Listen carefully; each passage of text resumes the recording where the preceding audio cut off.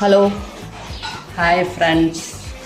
கதம் கதம் கதம் இதுவே ஆரம்பம். ஓகே, நான் இன்னைக்கு கம்பில் பிரியாணி கம்பு பிரியாணி. கம்பில் உப்மா செய்ய கம்பு கிடையாது ஆண்டி, இது அது.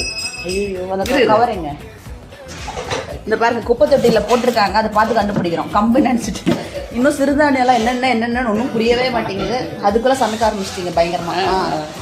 இதில் உப்மா செய்யறதுக்காக காமிச்சாங்க. சரி, ஒரு வித்தியாசமாக பட்டை கிராம்பு போட்டு பிரியாணி பண்ணலாமான்னு வெஜிடபிள், அதுலேயே இப்போ உப்மாவிலையும் வெஜிடபிள்ஸ் எல்லாம் போட்டிருக்கான். இதில் என்ன பட்டை கிராம்பு, புதினா தழை, கொத்தமல்லி தழை சேர்த்தணும், அவ்வளோதான்.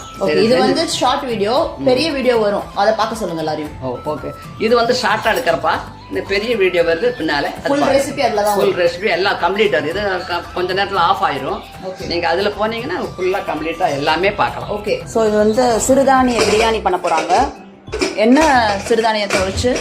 சாமை சாமை அரிசியில் உப்மா செய்யலாம்னு நினச்சேன். ஓகே, சரி பிரியாணி செய்யலாமேன்னு சொன்னாங்க. பிரியாணி போட்டு ஓகே, அதுக்கு தான் அந்த காய்கறிலாம். காய்கறி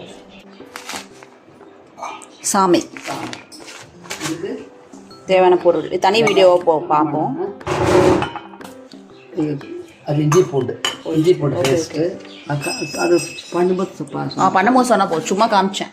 சரி, ஓகே. கத்தம் சொல்லிடுங்க. கதம் இதுவே ஆரம்பம்.